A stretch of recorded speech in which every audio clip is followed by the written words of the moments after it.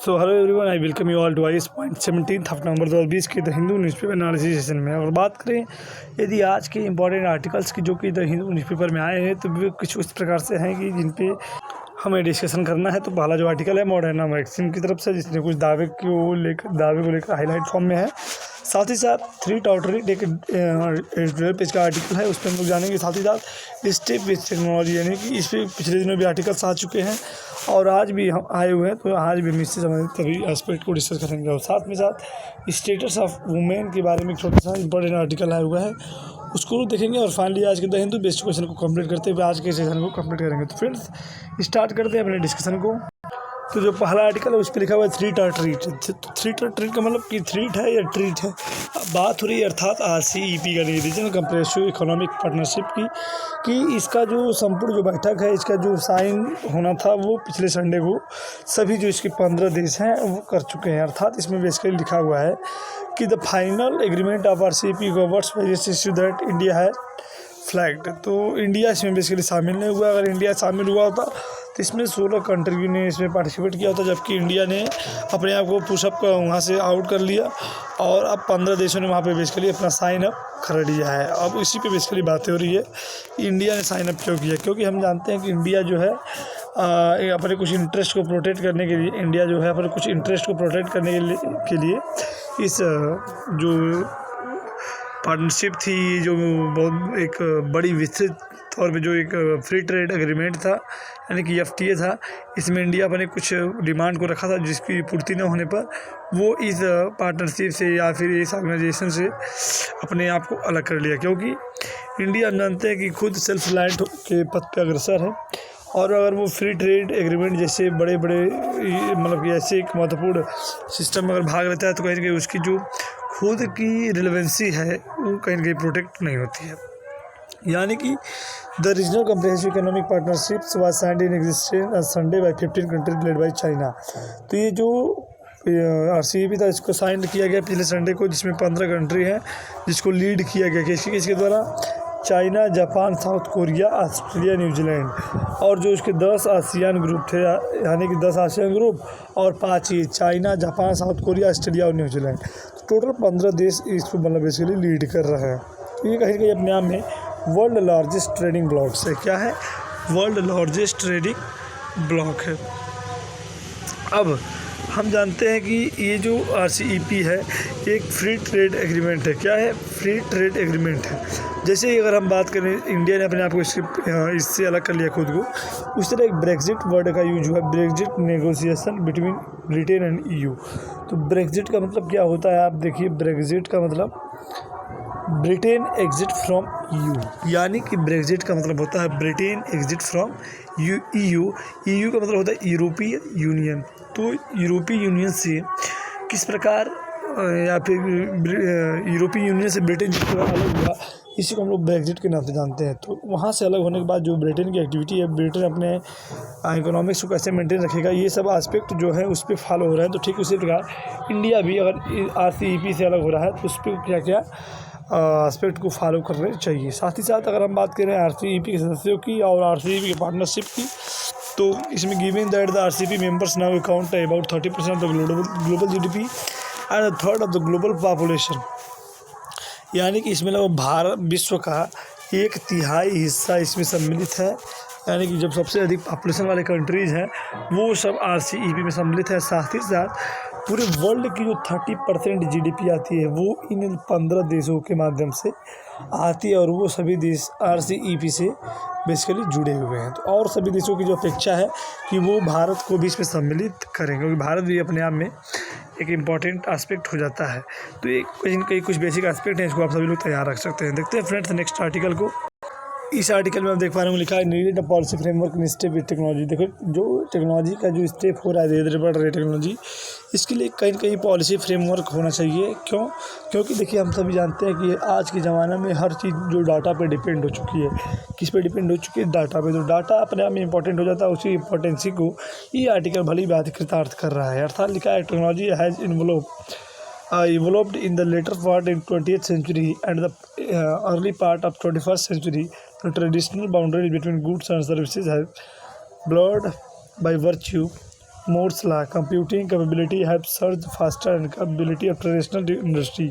देखिए अगर हम बात करें जैसे पहले ज़माने में कोई भी चीज़ होती थी तो सीधे सीधे मैन पावर और जो सिस्टम थे वो सब लगे रहते थे, लेकिन आज क्या है इसकी एक बाउंड्री पहले फिक्स हुआ करती थी कि आपका ये डिपार्टमेंट, मान लीजिए बहुत सारे डिपार्टमेंट बनाए गए पूरे एक कंट्री को रेगुलेट करने के लिए, बहुत सारे डिपार्टमेंट बनाए गए, उन सभी डिपार्टमेंट में बहुत सारे सिस्टम बनाए गए, बहुत सारे डिपार्ट अलग अलग बनाए गए जो अपने अपने क्षेत्रों को, अपने विभागों को कंट्रोल करते थे। तो इससे समय, मैन पावर और सभी चीज़ें अधिक मात्रा में लगती थी, लेकिन अब टेक्नोलॉजी का एक टेक्नोलॉजी संपूर्ण डाटा को एक साथ कवर कर सकती है और रेगुलेट कर सकती है। इससे कई कई कुछ फ़ायदा है तो कुछ घाटे भी हैं और कई सारे इसके इंपॉर्टेंट फैक्ट भी हो जाते हैं। देखिए जैसे अगर हम बात करें इसके बारे में एक बढ़िया बात कही गई कि information is the new currency of powering economics. देखिए जो भी अगर कोई भी कंट्री उसकी जो इकोनॉमिक्स है वो कहीं कहीं इंफॉर्मेशन पे डिपेंड करती है। किस पे डिपेंड करती है? इंफॉर्मेशन पे, यानी डाटा जितना उसका उसका डाटा जितना कलेक्ट होगा, उस डाटा इन्फॉर्मेशन जितनी कलेक्ट होगी वही उस कंट्री की बेसिकली एक प्रकार की करंट करेंसी है। क्या है? Currency. The expansion of computing power has driven the pace information gathering and analysis. The new currency drive proceed and decision making across a wide array of products and services, making them from efficient and value accretive and consumer। देखिए हम सभी जानते हैं कि जो बड़ी बड़ी कंपनियां हैं और उन कंपनियों के माध्यम से जो डाटा जनरेट होता है उन डाटा को वो क्या करते हैं, कलेक्ट करती हैं और किसी बड़ी कंपनी को बेचती हैं, जिससे क्या होता है उस कंपनी जो है उस डाटा को अपने अकॉर्डिंग यूज करके मार्केट में नए नए प्रोडक्ट्स को लॉन्च करती है। जो कि अपने आप में देखने से ही लग रहा है कि डाटा की कितनी बड़ी मजबूती और कितनी बड़ी इंपॉर्टेंसी हो सकती है।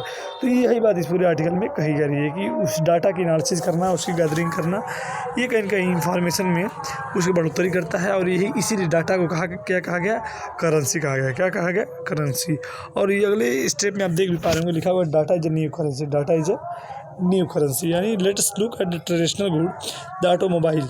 एक ऑटोमोबाइल की अगर बात करें तो modern automobiles has 40% of component value from electronic based product and modern electric vehicle.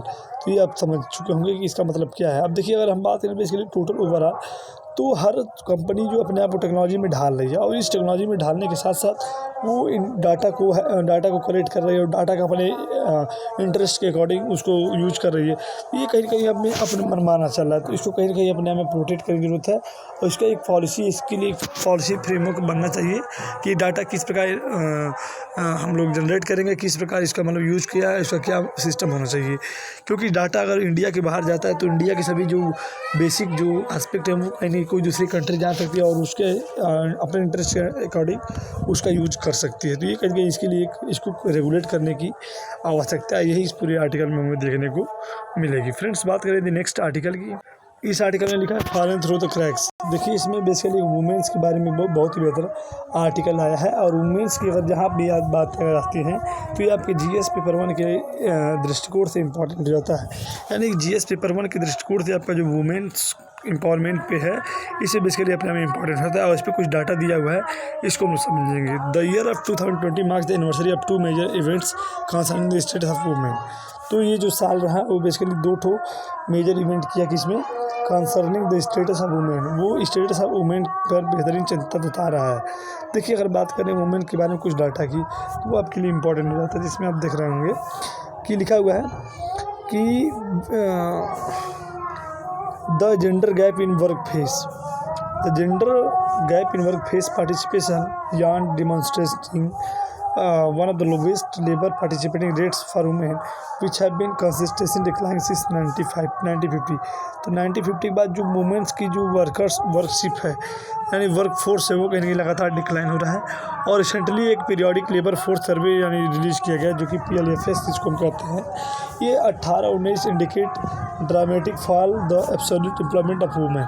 तो वुमेंस की जो एम्प्लॉयमेंट है उसमें भी कहीं ना कहीं लगातार फॉल हमें देखने को मिली, गिरावट देखने को मिली है।